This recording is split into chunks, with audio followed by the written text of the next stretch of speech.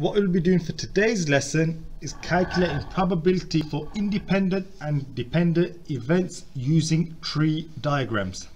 The keywords are outcome, independent, probability, replacement, and the equipment required for this lesson are pen, paper and a pencil. Okay, the first question says Rebecca has 9 colored beads in a bag. 4 of the beads are black and the rest are green. She removes a bead at random from the bag and notes the color before replacing it. She then chooses a second bead. Draw a tree diagram showing all possible outcomes. Okay, so firstly it says Rebecca has 9 colored beads in a bag. 4 of the beads are black and the rest are green. So if 4 out of 9 are black, 5 out of 9 are going to be green. Okay, she removes a bead at random from the bag and notes the color before replacing it. She then chooses a second bead. So now she does that again.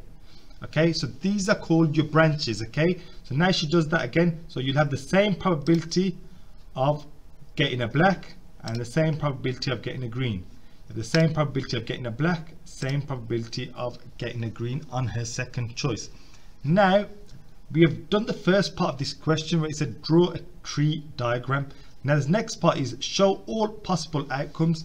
Okay, so the outcomes now that we can get, if we follow the top branch, we can get a black bead on our first choice and a black bead on our second choice. So we can get black and black. Next outcome, we can get a black bead on our first choice, but we can get a green bead on our second choice, so we can have black and green. The next one we can have green and black, and the next one we can get green and green. Okay, so now the next part is when you go along these branches you need to multiply. Okay, so the probability of getting black and black is 4 over 9 multiplied by 4 over 9 or times by 4 over 9, which is 16 over 81, and you don't simplify these. Okay, next one, what's the probability of getting a black and a green? 4 over 9 times by 5 over 9, you get 20 out of 81. Probability of getting a green and a black, 5 out of 9 over 4 over 9, so you multiply them together, you get 20 over 81 again. And what's the probability of getting a green and a green? 5 over 9 times by 5 over 9, you get 25 over 81. So now this question complete. Okay, the next part, it says calculate the probability that Rebecca chooses 2 green beads, and the second part of the question is a black bead followed by a green bead. If you have set up your tree diagram properly with all your outcomes, this should be easy. Okay, so now the first question says 2 green beads. All we need to look at is green, green, because that's where she's getting 2 green beads. So the answer for that one is 25 out of 81. The next one, a black followed by a green bead. Okay, so now we go black and then green. So black and green, the probability of getting a black followed by a green bead is 20 out of 81. We just look at the branches, black then green, 4 over 9 times by 5 over 9, you get 20 out of 81. Okay, what I'd like you lot to do now is complete this tree diagram and then answer the following questions. Most of the tree diagram is done for you, the outcomes are done for you. You need to work out the probability now. So as I was multiplying the branches, that's what you need to do here now. So they've set it up and started one off for you, and then answer the following questions. Please pause the video and have a go at doing this.